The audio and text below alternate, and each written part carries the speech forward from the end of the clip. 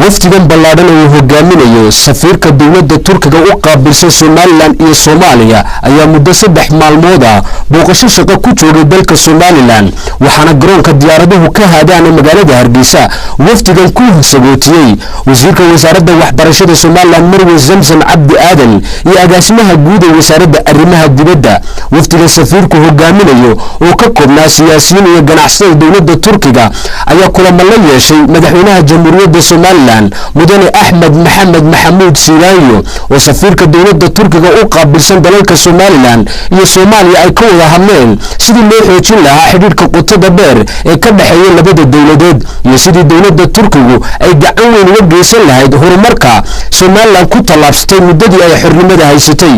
sida dhinacyada waxbarashada iyo caafimaadka safiirkari Toram oo safiirka dawladda Turkiga u qaabilsan Somaliland iyo Soomaaliya iyo wafdigan uu hogaaminayo ayaa intii ay wadanka ku sugnaayeen waxa kulamo la yeesheen mas'uuliyiinta xukuumadda ugu sareysa oo ay ka wada hadleen kaalmada iyo doorka dawladda Turkiga ka qaadan doonto horumarka Somaliland ka jirta safiirka dawladda Turkiga u qaabilsan dalalka Somaliland iyo Soomaaliya Mr. Kari Toram ayaa sharaxaad ka bixiyay horumarka kala duwan ee kala kulmay Somaliland muddadii ay booqashada shaqo ku joogeen isagoo ummadda reer Somaliland ku amaanay dadaalkooda wax qabaneed isagoo sheegay dawladda Turkiga ay diyaar la tahay wax u qabashada iyo wax la qabashada bulshada reer Somaliland marka uu dalka Turkiga dib ugu noqdana oo dawladda iyo mas'uuliyiinta ee shacbiga dawladda Turkiga uu soo bandhigi doono waxyaabihii horumarka lahaa cajiibka lahaa ee Somaliland muddadii ay ku sugnaayeen ay la kulmeen